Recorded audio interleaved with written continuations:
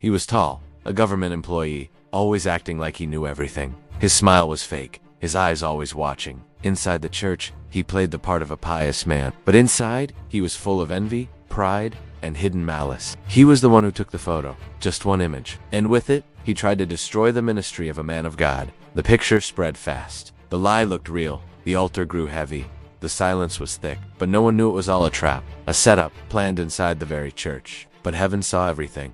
What seemed like the end was only the beginning of divine justice. I met this pastor when he was still very young, 32 years old, newly installed in a small church with a long history of hidden wounds. He was quiet, sincere, and firm in faith. The kind who prays more than he talks, who listens more than he argues. And that, believe it or not, became a threat to someone. There was a man in the congregation, tall, a government worker, always with that forced smile. A know-it-all, used to having the last word, offended by anyone who shined without his permission. He couldn't bear the respect the young pastor was earning, so he decided to act. He began twisting words, planting doubts, and worst of all, he convinced a married woman to help him stage a false scene, carefully crafted to make the pastor look guilty of something he never even imagined. A single photo was all it took to turn whispers into a storm. But there's one truth I've learned in my years watching men of God face fire. The altar may be attacked, but heaven defends its own, and what this pastor endured only grace can explain. It was a quiet town, the kind where everyone knows each other and thinks they know everything. The church stood on a corner near the plaza,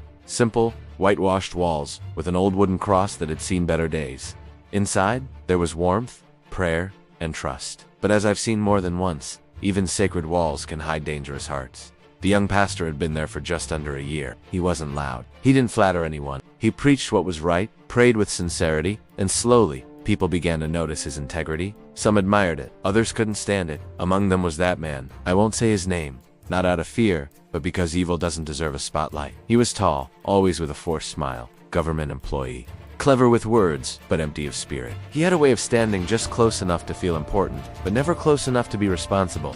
And what burned him most was that the pastor never needed to prove himself. The people respected the pastor for his life, not his talk. That was enough to awaken something dangerous. It started as envy, quiet, internal, but envy is never content, staying small. It grows, it infects, and in his mind, he began imagining ways to reduce the pastor to shame. The devil doesn't always shout. Sometimes he whispers just enough to plant a seed. That seed was a thought, a scene, and that's when she entered the picture. A woman from the church, married, vulnerable. She wasn't evil, but she was unguarded, and he knew how to talk. He made her feel special, important. She trusted him. And so, with wicked precision, he shared the plan.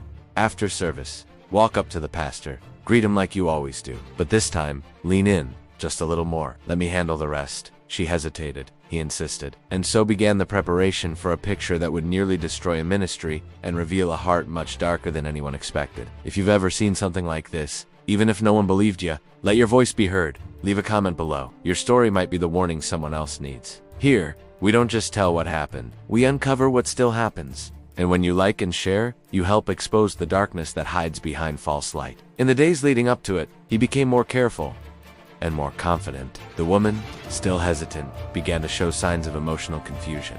He fed that. He made her believe she wasn't doing anything wrong. Just get close, he said. Just make it look ... natural. He knew exactly what to say, just enough to push her past the line of caution. He promised it would be quick, harmless, and that no one would ever know. She believed him, or maybe she just didn't want to resist anymore. And so, the scene was rehearsed in whispers and imagination. It was no longer just a thought. It was now scheduled. The service had ended. The last hymn had faded. People were mingling near the exit. The pastor was standing by the gate, greeting people with that same quiet dignity. She approached, smile on her face, Bible in hand. The moment had come. As she leaned in for the typical side-cheek greeting, she hesitated and pushed just a little closer. He noticed. His body leaned back. His hand gripped the Bible tighter. His eyes, for a split second, registered confusion, but it was too late. From a distance, hidden just enough not to be noticed, the camera clicked. Once, then again, he had what he needed. A photo with just the right angle, just the right blur, just enough suggestion. He smiled, not like a man who won, but like a man who believed God wouldn't see. That week, the photo made its way into private hands, then whispered, then meetings behind closed doors. But strangely, the pastor said nothing. He didn't defend. He didn't accuse. He just stood. The man behind the plot felt untouchable. He walked through the church with that same wide smile, greeting everyone like nothing happened. Silence became his shield. And as I watched it unfold, I knew. Storms don't start with thunder. They start with clouds. And the clouds were gathering. Has science ever tried to cover what your eyes saw clearly? Comment below. Share this video. Let the body of Christ stay awake. Because wolves don't always come growling. Sometimes they come smiling. It didn't take long for the photo to start falling apart. One elder noticed the pastor's posture, leaning back, not forward. Another saw the woman's expression, unsure, almost nervous. And someone else said, "This doesn't feel right." What was meant to look like sin began to look like sabotage. And then came the confession. Not from him. No, he never said a word. But she did. Quietly, tearfully. She couldn't hold the guilt. She told one of the deaconesses the truth. How he planned it. How he stood at a distance and told her what to do. How he took the photos at just the right angle. And just like that, the fog began to lift. The council met. The story was cross-examined. Evidence was laid out. And one by one, the puzzle pieces fit. The pastor was never touched. Never compromised. But the plot was real. He was summoned. The accuser. They gave him space to speak. But he denied it all. Arrogant.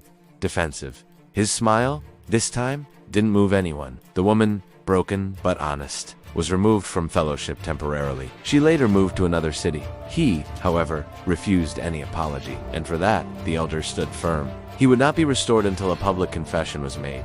Face to face with the pastor and the church he tried to deceive. He never did. And from that day on, he became a shadow. Present at times, but never respected, never trusted. The pastor, he never fought back, never asked for revenge. He continued to serve, until he felt it was time to step aside. When he left, there was no applause, no parade, but there were tears. Elders embraced him. Families thanked him. Even the husband of the woman who stayed, though marked by sorrow, shook his hand in public and said, "You didn't deserve what they did." That man, the pastor, now lives quietly, a grandfather, a man of peace. He was never vindicated by a headline, but he was honored by God, because when lies try to bury a servant of the Lord, truth will always rise, even if it takes time. And those who thought no one saw forgot one thing. Heaven sees everything. Some stories don't end with noise. They end with clarity. That pastor never raised his voice, never fought fire with fire. And yet, he stood. He outlasted the lie. Time passed. People forgot the details, but they remembered the posture, dignity, peace, and unwavering faith.